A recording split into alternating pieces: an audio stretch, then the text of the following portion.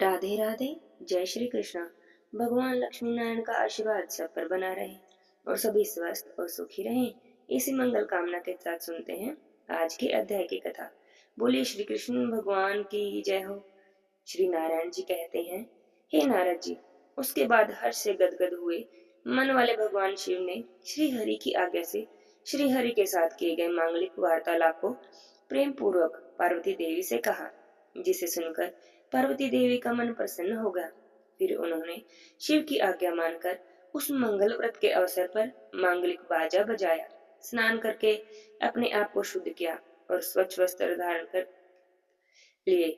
उसके बाद पार्वती देवी ने स्वास्तिक वाचन पूर्वक व्रत को आरंभ कर दिया। उत्तम व्रत का आचरण करने वाली उन देवी सती ने मंगल कलश पर अपने अभिष्ट चिंतन के उन सभी फलदायी पदार्थों को प्रदान किया। पुनः व्रत के लिए कहा गया उपहार जो त्रिलोकी में दुर्लभ है, वह सब भक्ति सहित अर्पण कर दिया। इस प्रकार उन देवी ने वेद मंत्रों उच्चार पूर्वक सभी पदार्थों को अर्पित करके तेल से और घी से 3 लाख आहुतियों का हवन करवाया। ब्राह्मण देवताओं और पूजित अतिथियों को भोजन से तृप्त किया। इस प्रकार उत्तम व्रत वाली उन देवी ने पालनीय पुण्य व्रत के सारे कर्तव्यों को वर्ष पर्यंत यानी पूरे साल प्रतिदिन विधान के साथ पूर्ण किया। समाप्ति के दिन विप्र व पुरोहित ने उनसे कहा, हे सुते, इस उत्तम व्रत में तुम मुझे अपने पति को दक्षिणा रूप में दे दो। पुरोहित जी के इस वचन को सुनकर महामाया पार्वती देवी देव सभा के मध्य में विलाप करके मूर्छित हो गई, क्योंकि उस समय माया ने उनके चित्त को मोहित कर रखा था। फिर तो एक एक करके सभी देवगण उन्हें समझाने लगे। सबसे पहले महादेव जी आए और उन्होंने कहा, हे देवी उठो, निसंदेह तुम्हारा कल्याण होगा। तुम होश में आकर मेरी एक बात सुनो। हे देवी, जिसका वेद ने निरूपण किया है, जो सर्वसम्मत और इष्ट है, उस धर्मार्थ का इस धर्म सभा में वर्णन करता हूँ। सुनो हे देवी, दक्षिणा समस्त कर्मों की सारभूता है। हे धर्मिष्ठा, कर्म में नित्य ही यश और फल प्रदान करने वाली है। प्रिय देव कार्य, पितृ कार्य या नित्य नैमित्तिक कार्य, जो भी कर्म दक्ष से रहित होता है, वह सब निष्फल हो जाता है। उस कर्म से निश्चय ही दाता काल सूत्र नामक नरक में जाता है। उसके बाद शत्रुओं से पीड़ित होकर दीनता को प्राप्त करता है। ब्राह्मण के उद्देश्य से संकल्प की हुई दक्षिणा यदि उसी समय नहीं दी जाती तो वह बढ़ते बढ़ते अनेक गुना हो जाती है। श्री विष्णु जी बोले, हे धर्मिष्ठा के विषय में तुम अपने धर्म की रक्षा करो, क्योंकि हे धर्म जी, पालन करने पर ही सबकी रक्षा हो जाती है। ब्रह्मा जी बोले, हे धर्मजीत, वर्ष धर्म की रक्षा नहीं करता तो धर्म के नष्ट हो जाने पर उसके कर्ता का भी विनाश हो जाता है। धर्म बोले, साध्वी, पति को दक्षिणा रूप में देकर यत्न पूर्वक मेरी रक्षा करो। हे महासाध्वी, मेरे सुरक्षित रह जाने पर सब कुछ कल्याण ही होगा। देवता बोले, महासाध्वी, तुम धर्म की रक्षा करो, अपने व्रत को पूर्ण करो। हे देवी, तुम्हारे व्रत के हो जाने पर हम लोग तुम्हारे मनोरथ को पूर्ण कर देंगे। मुनि बोले, हे पतिव्रते, हवन को पूरा करके ब्राह्मण को दक्षिणा प्रदान करो। हे धर्म जी। सनत कुमार जी बोले, हे शिवे, या तो तुम मुझे अपने शिव को दक्षिणा रूप में दो, अन्यथा इस व्रत के फल को और चिरकाल से संचित अपनी तपस्या के फल को भी छोड़ दो। हे साध्वी, इस प्रकार के कर्म के दक्षिणारित हो जाने पर मैं इस व्रत के फल को और यजमान के सारे कर्मों के फल को प्राप्त करूंगा। तो पार्वती बोली, हे देवेश्वर, जिस कर्म में पति की ही दक्षिणा दी जाती है, उस कर्म से भला मुझे क्या लाभ हो सकता है। हे मुनि, दक्षिणा देने से तथा धर्म और पुत्र की प्राप्ति से मेरा कौन सा प्रयोजन सिद्ध होगा।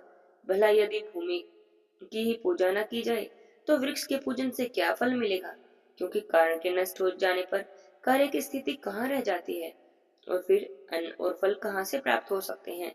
हे देवगणों, यदि स्वेच्छानुसार प्राणों का ही त्याग कर दिया जाए तो फिर शरीर से क्या प्रयोजन है। जिसकी दृष्टि शक्ति ही नष्ट हो गई हो, उन आंखों से क्या लाभ। हे सुरेश्वर, पतिव्रताओं के लिए पति 100 पुत्रों के समान होता है। ऐसी दशा में यदि व्रत में पति को ही दान देना है तो इस व्रत से या उस पुत्र से भला क्या सिद्ध होगा। माना कि एक पुत्र पति का वंश होता है, क्योंकि उसका एकमात्र मूल तो पति ही है। भला जहाँ मूलधन ही नष्ट हो जाए, वहां तो सारा व्यापार ही निष्फल हो जाएगा। अभी इस प्रकार का वाद विवाद चल ही रहा था कि इसी बीच उस सभा में स्थित देवताओं ने और मुनियों ने आकाश में बहुमूल्य रत्नों के बने हुए एक रथ को देखा, जो कि पार्षदों से घिरा हुआ था। वे सभी पार्षद श्याम रंग वाले थे और चार भुजाधारी थे। उनके गले में वनमाला शोभित हो रही थी और वे रत्न आभूषणों से विभूषित थे। तब सब उस विमान से वैकुंठवासी भगवान हर्षपूर्वक उतरकर उस सभा में आए। फिर तो सभी देवताओं ने उनकी स्तुति करना आरंभ कर दिया, जिनकी चार भुजाएं थी, जो शंख, चक्कर, गदा और पद्म धारण किए हुए थे, जो लक्ष्मी और सरस्वती के स्वामी हैं, जो शांत स्वरूप, परम मनोहर और सुखपूर्वक दर्शन करने के योग्य थे, भक्तिनों के लिए जिनके दर्शन करोड़ों जन्मों में भी नहीं हो सकते थे, जिनकी नीले रंग की आभा करोड़ों कामदेव को भी मात कर रही थी, जिनका प्रकाश करोड़ों चंद्रमा के समान था, जो अमूल्य रत्नों के द्वारा सुंदर भूषण से विभूषित थे, जो ब्रह्म आदि देवताओं के द्वारा सेवनीय है। भक्तजन सदा ही जिनका सत्वन करते हैं, वे अपने प्रकाश से आच्छादित देव ऋषियों द्वारा घिरे हुए थे। उन परमेश्वर को ब्रह्मा, विष्णु और शिव आदि देवताओं ने एक श्रेष्ठ सिंहासन पर बिठा दिया और सिर झुकाकर उन्हें प्रणाम किया। उस समय सबके हाथ जुड़े हुए थे, शरीर रोमांचित हो रहा था और आंखों में आंसू झलक रहे थे। तब परम बुद्धिमान भगवान ने मुस्कुराते हुए मधुर वाणी में पूछा, क्या कोई समस्या है? तब उनके द्वारा पूछे जाने पर सबने सब हाल कह सुनाया। तब श्री नारायण जी बोले, हे सुरो, मेरे सिवा ब्रह्म से लेकर तृण पर्यंत यह सारा जगत प्रकृति से उत्पन्न हुआ है। यह सर्वथा सत्य है। विश्व में सारे प्राणी जिस शक्ति से शक्तिमान हुए हैं, उस शक्ति को मैंने ही प्रकाशित किया है। सृष्टि के आदि में मेरी इच्छा से वह प्रकृति देवी मुझसे ही प्रकट हुई और मेरे सृष्टि का संहार कर लेने पर वह मेरे ही अंतर्निहित होकर शयन करती है। देवताओं में श्रेष्ठ ब्रह्मा, विष्णु और महेश्वर हैं। वे सभी मेरे ही अंश हैं और जीवधारी प्राण और देवता सभी मेरी कलाएं और कला अंश रूप हैं। जैसे कुम्हार मिट्टी के बिना घट का निर्माण नहीं कर सकता, सुनार स्वर्ण के बिना कुंडल नहीं बना सकता, उसी तरह मैं भी शक्ति के बिना अपनी सृष्टि की रचना करने में असमर्थ हूँ। मैं सनातन देव ही वैकुंठ का अधिपति हूँ। मैं ही गोलोक का स्वामी हूँ। वहाँ गोलोक में मैं दो भुजाधारी होकर गोप और गोपियों से घिरा रहता हूँ। यहाँ वैकुंठ में देवेश्वर और लक्ष्मीपति के रूप में चार भुजाएं धारण करता हूँ। मेरे पार्षद मुझे ही घेरे रहते हैं। वैकुंठ के ऊपर 50 करोड़ योजन की दूरी पर स्थित गोलोक में मेरा निवास स्थान है और वहां पर मैं गोपनीय के रूप में रहता हूँ। अतः हे शिवे, तुम शिव को दक्षिणा रूप देकर अपना व्रत पूर्ण करो, फिर समुचित मूल्य देकर अपने स्वामी को वापस ले लेना। हे शुभे, जैसे गोएं विष्णु की देह स्वरूपा है, उसी प्रकार विष्णु भी के शरीर शिव ही विष्णु के शरीर हैं।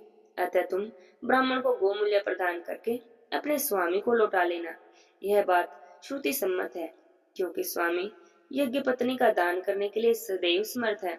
उसी प्रकार पत्नी भी स्वामी को दे डालने की अधिकारी है। सभा के बीच में कहकर नारायण वहीं अंतर्ध्यान हो गए।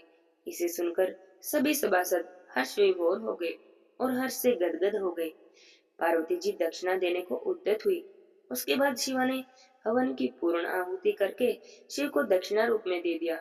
उधर सनत कुमारों ने उस सभा में स्वस्ति ऐसा कहकर दक्षिणा ग्रहण कर ली। उस समय भयभीत होने का कारण श्री दुर्गा का कंठ, होठ और तालु सूख गए और वे हाथ जोड़कर बड़े दुखी हृदय से ब्राह्मण से बोली, हे विप्र, गौ का मूल्य मेरे पति के बराबर है, ऐसा वेदों में कहा गया है। अतः मैं आपको 1 लाख गौएं प्रदान करूंगी। आप मेरे स्वामी को लौटा दीजिए। पति के मिल जाने पर मैं ब्राह्मणों को अनेक प्रकार की दक्षिणाएं बांटूंगी। अभी मैं आत्माहीन हूँ। ऐसी दशा में भला आत्मा से रहित शरीर का कौन सा कर्म करने में समर्थ हो सकता है? पार्वती देवी के वचन सुनकर सनत कुमार जी बोले, हे देवी, मैं ब्राह्मण हूँ। मुझे 1 लाख गौ से क्या प्रयोजन? मैं उनका क्या करूंगा? और इस अमूल्य रतन को गौ के बदले देने से भी क्या लाभ होगा? त्रिलोक में सभी लोग स्वयं अपने कर्म के करता है। क्या कर्ता का अभिष्ट चिंतन जी द्वारा शंकर जी को ग्रहण किए जाने देखकर पार्वती जी के तो कंठ, होंठ और तालू सूख गए। वे शरीर छोड़ देने को उद्यत हो गई। उसी समय मन ही मन सोचने लगी, यह कैसी कठिन बात हुई कि ना तो अभिष्ट देव का ही दर्शन मिला और ना ही व्रत का ही फल प्राप्त हुआ। इसी बीच पार्वती देवी सहित सभी देवताओं ने आकाश में एक प्रमुख तेज समूह को देखा। उसकी प्रभा करोड़ों सूर्य की प्रभा के उत्कृष्ट थी। वह दसों दिशाओं को प्रज्वलित कर रहा था। संपूर्ण देव से युक्त कैलाश पर्वत को उसने आच्छादित कर रखा था। उसकी मंडला कलम बोले, हे भगवान, यह जो महाविराट है, जिनके रोम छिद्रों में सभी ब्रह्मांड वर्तमान है, वह सब आपका सेवा अंश है, तो हम लोगों की क्या गणना है। ब्रह्मा जी बोले, हे परमेश्वर, जो वेदों के उपयुक्त दृश्य हैं, उनको प्रत्यक्ष करके सत्वन करने और वर्णन करने में मैं तो समर्थ हूँ, परंतु जो वेदों से परे हैं, उनकी मैं क्या स्तुति करूं। महादेव जी बोले, हे भगवान, सबके लिए जो अवनीय स्वेच्छा में व्यापक और ज्ञान से परे है उन आपका मैं ज्ञान का अधिष्ठाता देवता होकर भला किस प्रकार सत्वन करूं। हे नारद जी, इस प्रकार जब सभी देवता, देवया और मुनिगण उन नारायण जी की स्तुति करके चुप हो गए, तो उत्तम व्रत पायना, तपस्या और संपूर्ण कर्मों का फल प्रदान करने वाली जो जगत माता है, वे पार्वती देवी भगवान शिव की प्रेरणा से व्रत के आराध्य देव परमात्मा की स्तुति करने को उदित हुई। उस व्रत काल में उन देवी का शरीर धौत व्रत से आच्छादित था। वे सिर पर डाका भार धारण की हुई थी। उनका रूप धधकती हुई अग्नि के लपट के समान प्रकाशमान था और वे तेज की मूर्तिमान विग्रह जान पड़ती थी। श्री पार्वती देवी ने स्तुति करते हुए भगवान श्री कृष्ण से क्या कहा, यह हम अगले अध्याय की कथा में सुनेंगे। आज के अध्याय की कथा यहीं पर समाप्त होती है। बोले श्री कृष्ण भगवान की जय हो। अब सुनते हैं श्री राम भगवान की कथा। बोले श्रीपति रामचंद्र की जय हो। वीर बजरंगबली बालाजी हनुमान की जय। बहुत समय पहले की बात है। आदिवासी कबीले के मुखिया आज के घर में बेटी पैदा हुई। उनका एक नाम समरण और दूसरा नाम शबरी रखा गया। शबरी की माँ इंदुमती उन्हें बहुत प्यार करती थी। बचपन से ही शबरी पशु पक्षियों की भाषा समझकर उनसे बातें करती थी। जब शबरी की माँ उन्हें देखती तो कुछ समझ नहीं पाती। कुछ समय बाद एक पंडित ने शबरी के परिवार को बताया कि वह आगे चलकर सन्यासी बन सकती है। बस फिर क्या था, इस बात का पता चलते ही शबरी के पिता ने उनका विवाह तय कर दिया। जैसे जैसे विवाह का दिन नजदीक आ रहा था, शबरी के घर वालों ने खूब सारी भेड़ बकरियां और बहुत सारे अन्य जानवर घर के पास लाकर बांध दिए। एक दिन शबरी की माँ जब उसके बाल बना रही थी, तब उन्होंने पूछा, माँ, इतने सारे जानवर हमारे घर क्यों लाए गए हैं। तब उनकी माँ ने जवाब दिया कि बेटी, तुम्हारा विवाह होने वाला है, इसलिए हम लोगों ने इन्हें बलि के लिए यहाँ पर इकट्ठा किया है। तुम्हारी शादी के दिन बलि प्रथा होगी और फिर इनसे स्वादिष्ट भोजन बनाकर सबको परोसा जाएगा। यह बात सुनकर तो शबरी बहुत दुखी हुई। काफी देर तक शबरी ने उन जानवरों को आजाद करने के बारे में सोचा। फिर सोचते सोचते शबरी के मन में आया कि अगर ये जानवर यहाँ नहीं होंगे तो इनकी बलि रुक सकती है। ऐसा नहीं हुआ तो मेरे कहीं और चले जाने पर ही यह बलि रुकेगी। जब मैं ना यहाँ रहूंगी तो न ही मेरा विवाह होगा और न ही बलि होगी। अगर मैंने इन्हें आजाद भी कर दिया तो दूसरे पशु पकड़ कर लाए जाएंगे, इसलिए अच्छा है कि मैं ही यहाँ नहीं रहूं। इससे मासूम जानवर बच जाएंगे। बस इसी सोच के साथ जानवरों को रखी गई जगह पर शबरी पहुंच गई। उन्होंने सोचा कि उन्हें खोल देती हूँ, लेकिन वो ऐसा नहीं कर पाई और उसके बाद शबरी जंगल की तरफ जाने लगी। जाते जाते शबरी ऋषि मुख पर्वत पर पहुंच गई। उस पर्वत पर करीब 100 हज ऋषि रहते थे। शबरी को लगा कि वह भी इसी जंगल में किसी ऋषि मुनि की सेवा करके अपना जीवन काट लेगी। चुपचाप उसी जंगल के एक हिस्से में किसी तरह रहने लगी। शबरी रोजाना ऋषि मुनियों की झोपड़ी के आगे झाड़ू लगाती, हवन के लिए लकड़ियां भी लाकर रखती थी। अब तो ऋषि मुनियों को भी समझ नहीं आ रहा था कि जंगल में उनके काम अपने आप हो कैसे जाते हैं। एक दिन शबरी को किसी ऋषि ने देख लिया और देखते ही उसका परिचय पूछा। जैसे शबरी ने बताया कि वह भील आदिवासी परिवार से है, तो ऋषियों ने उन्हें खूब डांटा। शबरी को तो इस बात का बिल्कुल भी पता नहीं था कि उनकी जाति छोटी है और उन्हें ऋषियों के द्वारा जाति की वजह से अपमान सहन करना पड़ेगा। इतना सब हो जाने के बाद शबरी हर ऋषि मुनि के दरवाजे पर गई, उनके आंगन में झाड़ू लगाती और गुरु दक्षिणा देने को कहती। हर कोई शबरी को उनकी जाति की वजह से अपने आश्रम से भगा देता। ऐसा होते होते काफी समय बीत गया। उसके बाद शबरी मतंग ऋषि की कुटिया पर पहुंची। वहां पर पहुंचकर मतंग ऋषि को शबरी ने बताया कि वे उनसे गुरु दीक्षा लेना चाहते हैं। तब उन्होंने खुशी खुशी उन्हें अपने गुरुकुल में रहने को दिया और भगवान से जुड़ा ज्ञान देते रहे। शबरी ने भी अपने गुरु ऋषि की सेवा करने में कोई कसर नहीं छोड़ी। वे गुरुकुल के सारे काम करती। शबरी से खुश होकर मतंग ऋषि ने उन्हें अपनी बेटी मान लिया था। समय के साथ साथ मतंग ऋषि अब बूढ़े होने लगे। एक दिन उन्होंने शबरी को अपने पास बुलाया और कहा, बेटी, अब मैं अपनी देह त्यागना चाह रहा हूँ। बहुत साल हो गए हैं शरीर में रहते रहते। तब शबरी ने दुखी मन से कहा, आप ही के सहारे तो मैं इस जंगल में रहती हूँ। आप चले जाएंगे तो मैं जीकर क्या करूंगी। आप मुझे भी अपने संग ले चलिए, मैं भी आपके ही साथ अपनी देह त्याग कर दूं। तो मतंग ऋषि ने कहा, बेटी, तुम्हें चिंता करने की जरूरत नहीं। अब राम तुम्हारी चिंता करेंगे और वही तुम्हारा ध्यान भी रखेंगे। शबरी ने कहा कि वे कौन है और उन्हें मैं कहाँ ढूंढूंगी। तब मतंग ऋषि ने बताया कि राम कोई और नहीं बल्कि भगवान है। वह तुम्हारे सारे अच्छे कर्मों का फल देंगे और तुम्हें उन्हें ढूंढने की कोई जरूरत नहीं। एक दिन वे तुम्हें खुद ही खोजते खोजते तुम्हारी कुटिया में आएंगे और तुम्हें उनके हाथों से मिलेगा। तब तो तब तक तुम इसी आश्रम में रहो। और इतना कहते ही ऋषि ने अपना शरीर त्याग दिया। शबरी के मन में मतंग ऋषि के जाने के बाद से एक ही बात थी कि भगवान राम उसकी कुटिया में जरूर आएंगे। भगवान राम खुद उससे मिलने आएंगे। वह रोज भगवान राम से मिलने के लिए बाग से अच्छे अच्छे फूल लाती, पूरा आश्रम सजाती, भगवान के लिए बेर तोड़ कर लाती। भगवान के लिए बेर चुनते समय सबरी उन्हें चख लेती ताकि भगवान को सिर्फ मीठे ही बेर दे सके। इसी तरह रोजाना भगवान के दर्शन करने की आस सबरी बेर और फूल इकट्ठा करती रही। इंतजार करते करते बहुत साल बीत गए। शबरी का शरीर भी अब एकदम वृद्ध हो गया था। एक दिन की बात है, आश्रम के पास ही एक तालाब था। शबरी पानी लेने के लिए गई। तभी पास ही के एक ऋषि उसे अछूत कहते हुए वहां से भगाने लगे और उसे एक पत्थर मार दिया। पत्थर शबरी को लगा, उसे चोट लगी। उस चोट से खून निकलने लगा। बहते खून की एक बूंद उस तालाब में गिर गई। पूरे तालाब का पानी खून में बदल गया।